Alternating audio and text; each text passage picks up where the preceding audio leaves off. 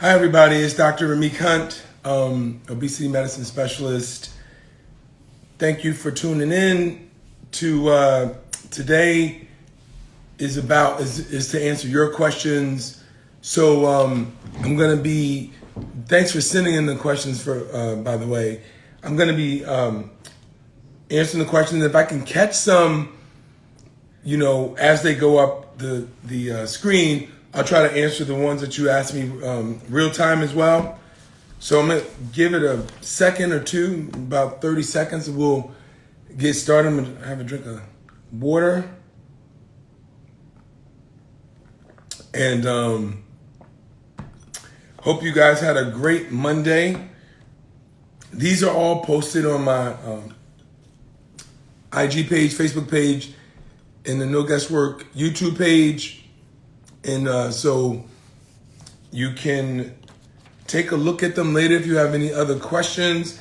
So I think without further ado, we will get started. And so one of the questions I got from one of my DMs was, I get this a lot actually. A lot of people ask me this particular question in general. What is the best, what diet works the best and why? And I think I wanted to start with that question because it really lends itself to why I even wrote the book, because so many things are confusing out there and people are super confused as to what they should do to get to a healthier weight. And so that's why I wrote this book. And I really do think that a diet should check the boxes of all my 6 S's is what I call it in the No Guesswork Diet book. And so it should be safe, it should be simple, it should be satisfying, it should be superior, so better than other diets. It should be sustainable, meaning that you can stick to it, and it should be sugarless, and that's where the low carb comes in. And so there are a lot of diets that are good for you. There are other diets that might not be so good for you, but they can help you lose weight. But can they encompass all of my 6 S's? And so there are a couple of diets that can do it. Of course, the No Guesswork Diet can do it. It's a low carb Mediterranean diet. And so the safe is most of the diets that you are aware of are safe. So most of them check that box. So just a regular low calorie diet typically is safe. There are some diets where you just eat a particular or drink a particular substance that typically is not safe and it's not sustainable for the long term. But a low carb diet, a low calorie diet, those diets are typically safe. And then the next thing is, well, is it simple to do? And that's where things get tricky, because a lot of diets aren't so simple.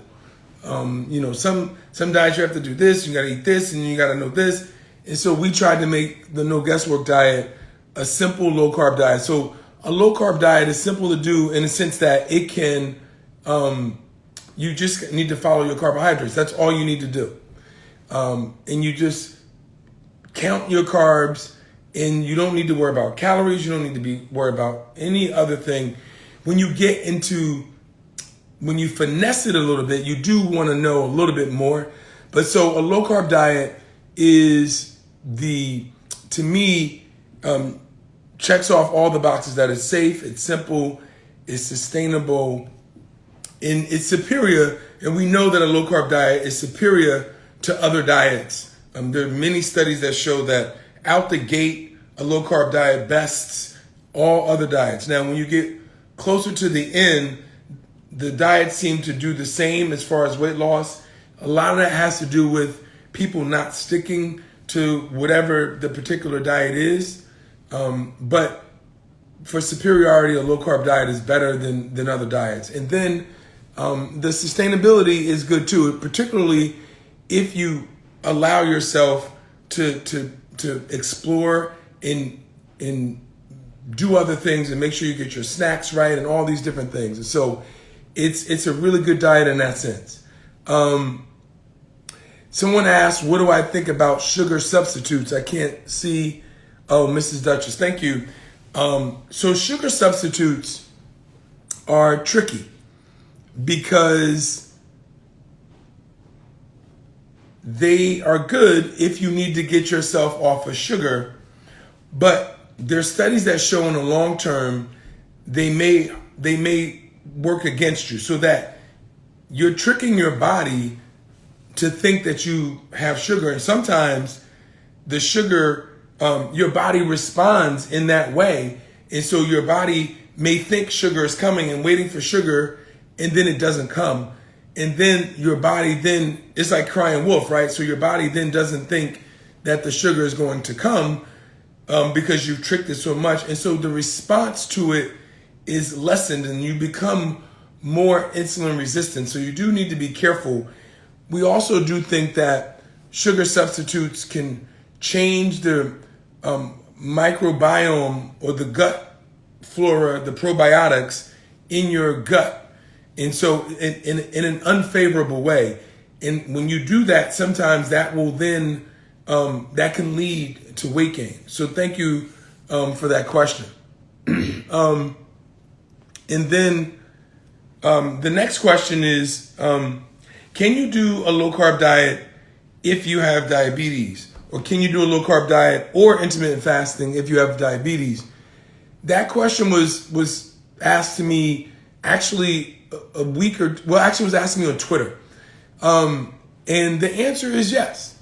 I'm not sure why the person thought that you couldn't do a low carb diet if you have diabetes. I think the reason is because they assume that if you do a low carb diet, you'll drop your sugars too low, and then you can get, what we call hypoglycemia. And so the truth is, yes, if you do a low carb diet and you don't make adjustments to the medications you are on, you absolutely can drop your sugar, because the medications that you were given with the assumption that you were eating a certain amount of carbs. Now, if you reduce the amount of carbs that you're eating, in other words, you're not putting in the amount of carbs into your body, then you don't need that amount of medication. So you then will decrease your medication. But you should not do that on your own. You should, speak with your doctor before you go on any weight loss journey. You need to involve your doctor, particularly if you're on medications, because your medications may need to be changed. And we say that in a no guesswork diet, like when you get on a no guesswork diet, you need to be talking to your physician, because you're gonna likely have to decrease your blood pressure medications or stop them altogether. You're gonna likely have to decrease your diabetes medications or stop them altogether. So it's important that you have your doctor with you to make sure that they're helping you manage that. Someone asked, how often should a diabetic eat oatmeal? Think that was on Facebook. I think you should. Oatmeal in and of itself is not it's not a requirement to eat if you're diabetic. But what you should do is try to get fiber. And if you're getting your fiber from oatmeal, make sure it's real oatmeal. Make sure it's like a steel cut oat. Make sure it's a good grain. If you eat instant oatmeal is like eating regular cereal, because they chop it up and refine it so much that it no longer has its fiber structure in the protection that fiber gives you. So that if you do eat oatmeal, you need to make sure that you eat a really good, like a steel cut oat. And either way, if you're eating, you need to account for those carbohydrates that you eat, because a carbohydrate that's broken down is a carbohydrate that's broken down. Fiber is a little bit different in a different story, and I can answer that question next about net carbs and total carbs. But you can eat steel cut oats, but you don't necessarily need to eat oatmeal if you're diabetic. One of the other questions I get a lot is a low carb diet dangerous? And the answer is no. In fact, the exact opposite is true. A low carb diet is very healthy for you.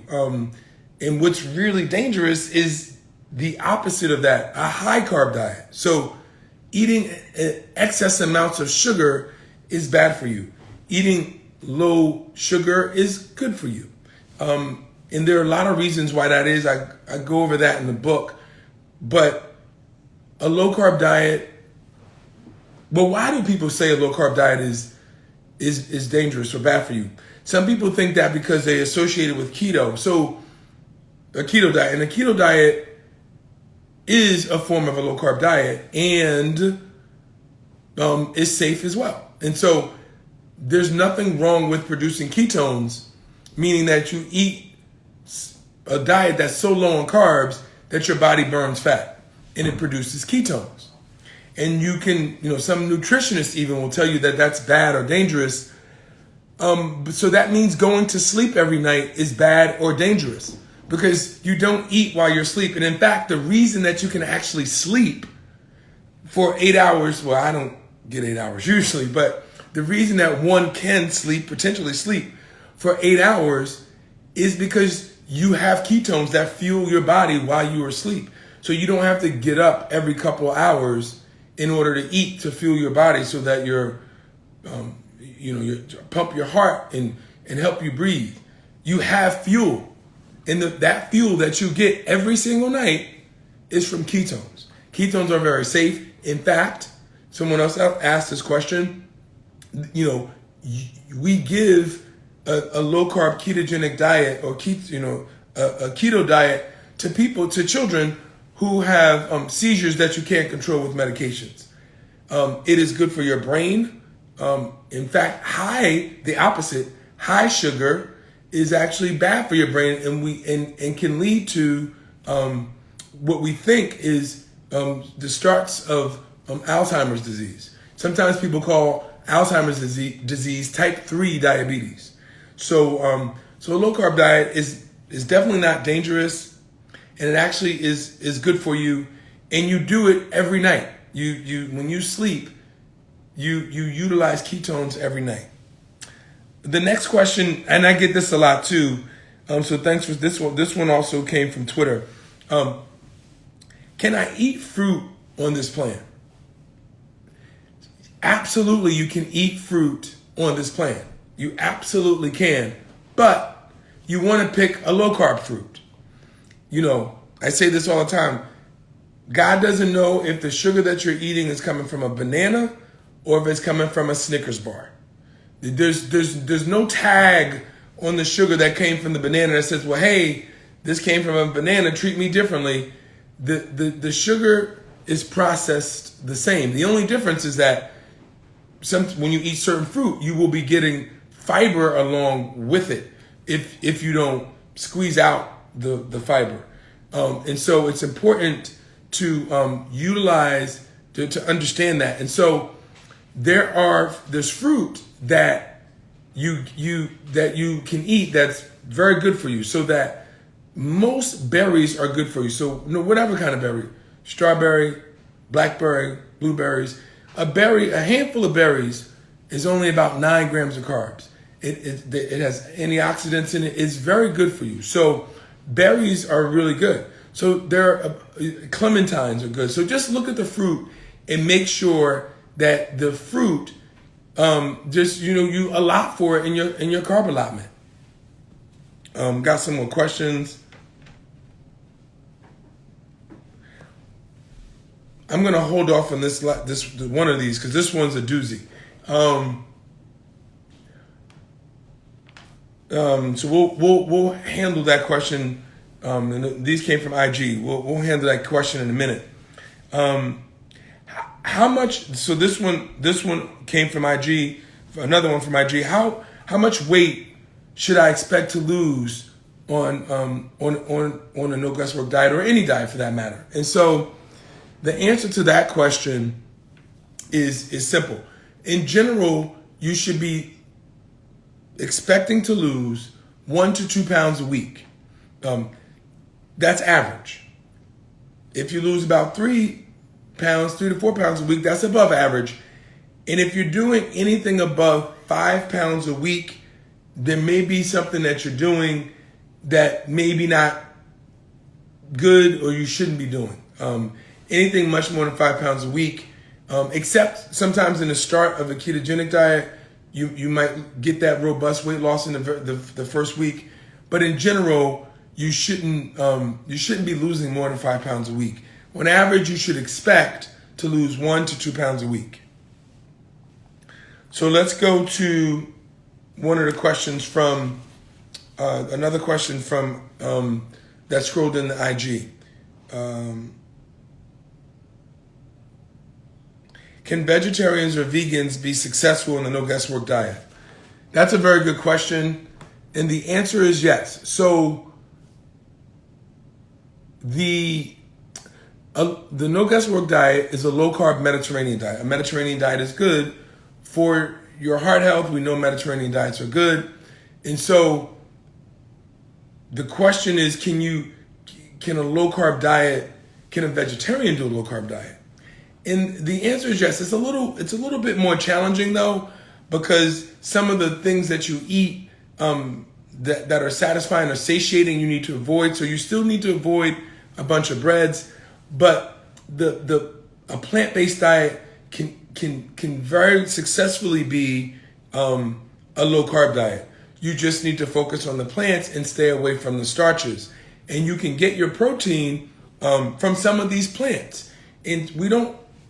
In the next edition of the book, I'm gonna have a whole section on this as well, but we're gonna develop this on the website too. So you can go to the website soon, and you'll be able to get some of those low carb vegetarian options. I'm working with someone on this, and we're gonna be coming out with that very, very soon. But if you can also go online and just Google low carb and vegetarian or vegan, and you will see a lot of different meal plans that you can choose from. So they'll give you some ideas of some of the things that you can eat, even though you're vegetarian or vegan. But that was a very, very good question. The other question is, what foods can I eat in order to get fiber? And so oatmeal is, we talked about oatmeal, I guess that's why the question came up. But you can get fiber from a lot of sources. So what do you need about 30 grams of fiber a day. And the truth is, most of us don't get 30 grams of fiber. And so, a lot of fiber you get from plants, you get from vegetables, you can get, so that's why we want you to eat a lot of veggies, because a lot of the fiber we want you to get, you're going to get from a vegetable. And you can get from whole grains. Just so someone said something, can you eat Ezekiel bread on a no guesswork diet? And absolutely. I mean, you want to be careful about how much bread, whether it's Ezekiel bread or not. But as long as you account for it, it's fine. You just need to account for how many carbs are in that bread. And there's certain things, there's actually a no carb or low carb bread that has no refined carbohydrates in it. It only has fiber in it. And so bread like that is good because quite honestly, even though we count total carbs in a no guesswork diet, that bread is almost zero because it doesn't have carbohydrate. It only has fiber in it, so it won't be broken down and absorbed into your body. And so that was a good question. And so someone else asked me, what is the Hunt motivational scale and why did you include it in the book? So the Hunt motivational, before I go there, someone said low carb bread tastes like cardboard. I happen to agree. Some low carb breads aren't as tasty as your typical bread, but there are some that there's a you can make a chaffle, CHAFFLE, and you can make a chaffle as bread, a chaffle. It started with a waffle, so basically it's a low carb waffle, but you can actually make it into a piece of bread. And chaffle, it does not taste like cardboard because it's not. It's made out of eggs, and so it's different. And that low carb bread is very good, but the low carb bread that you are referring to does taste a little different. But I know people who like it. So going back to the HUM motivational scale, and I'm going to answer a couple more questions, and then I'm going to wrap up. But the HUM motivational scale, I designed it and did it to help motivate people stick to their diet. And so the HUM motivational scale is a scoring system to see how well you're doing on your diet. So we include that in the book because we want readers to answer the HUM motivational scale. Because I did a study with the HUM motivational scale and I presented it in Nashville, Tennessee, that showed that if you score high on the HUM motivational scale, it predicts that you will do well in your weight loss journey. And if you score low, it predicts that you won't do well.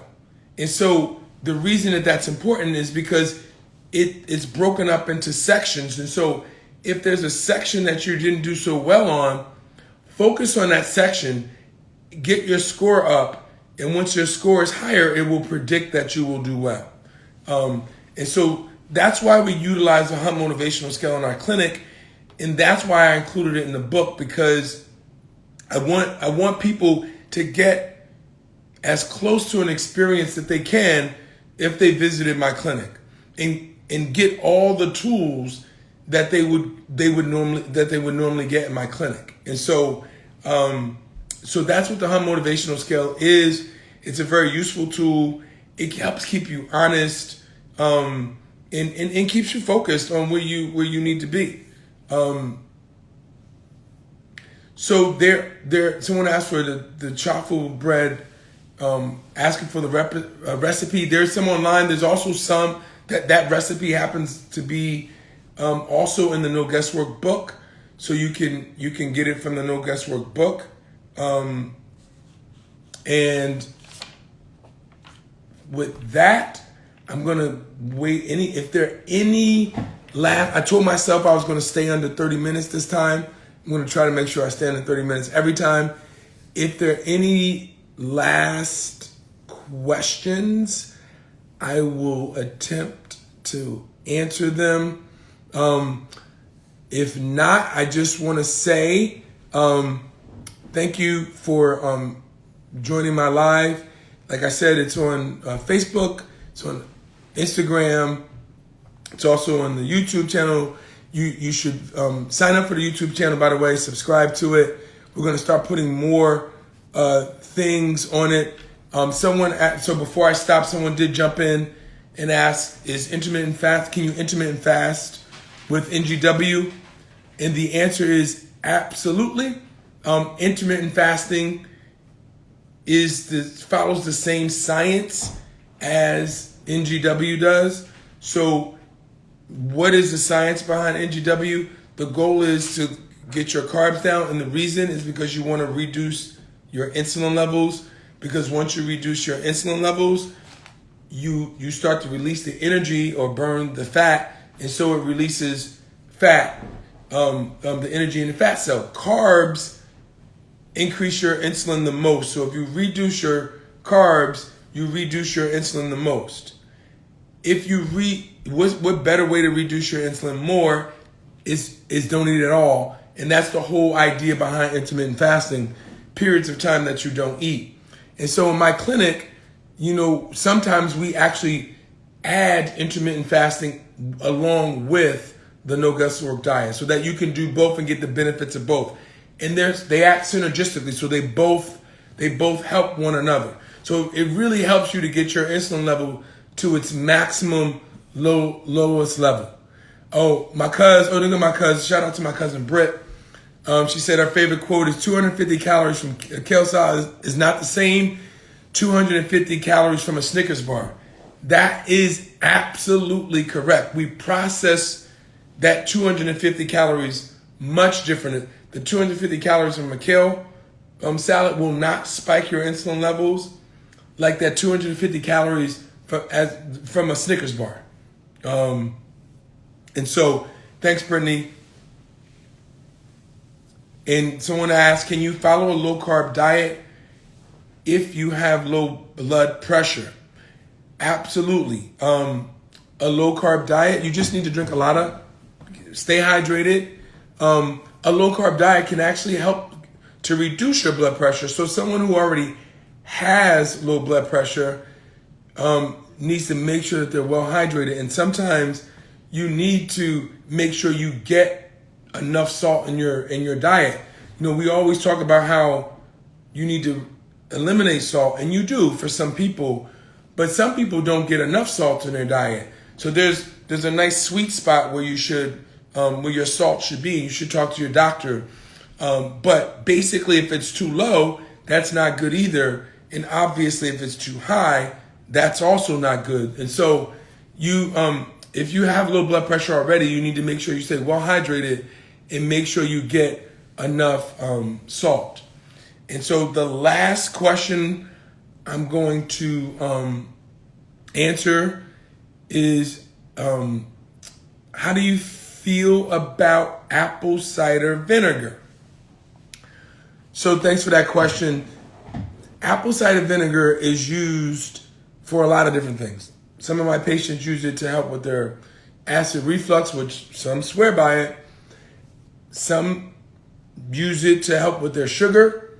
I haven't seen it help that much with sugar as far as your blood work and looking at your A1C, which is that number that we track. And some people use it to help with weight loss. And again, I personally haven't seen it help that much with weight loss. But the thing is, it won't hurt. So apple cider vinegar won't hurt you. If anything, it may help you. So by all means, you can use it. If you find personally that it helps you, then I think it's not a bad idea to use it. I know there's no good studies that show that it's more effective. And so I think the fact that, you know, all these over-the-counter or herbal medications, you can, I won't say all of them, because some of them you got to be careful when you mix with other prescribed drugs. But many of the over-the-counter medications or herbal medications are safe. Some of them, if you overdo them in excess, you can affect your liver, so you got to be careful.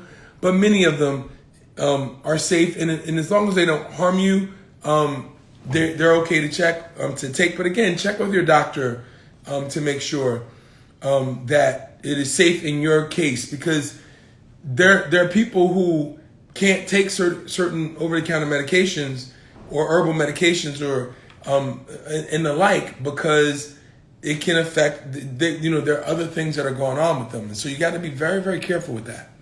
And so with that, I just made my 30 minutes. I really appreciate you guys. We do this every Monday at 6 p.m. You can, watch it again on IG or Facebook or the YouTube channel. Also subscribe to the YouTube channel, and make sure you sign up for the IG page, the No Guesswork IG page. We give a lot of useful information on there. Go through. There's so many things that we put up that are very inspirational things, but also useful information as well. And so I just want to thank you guys again for joining. Hope your week is great, and I hope you have a great rest of your evening, a nice dinner if you haven't eaten already, and I will see you guys next Monday.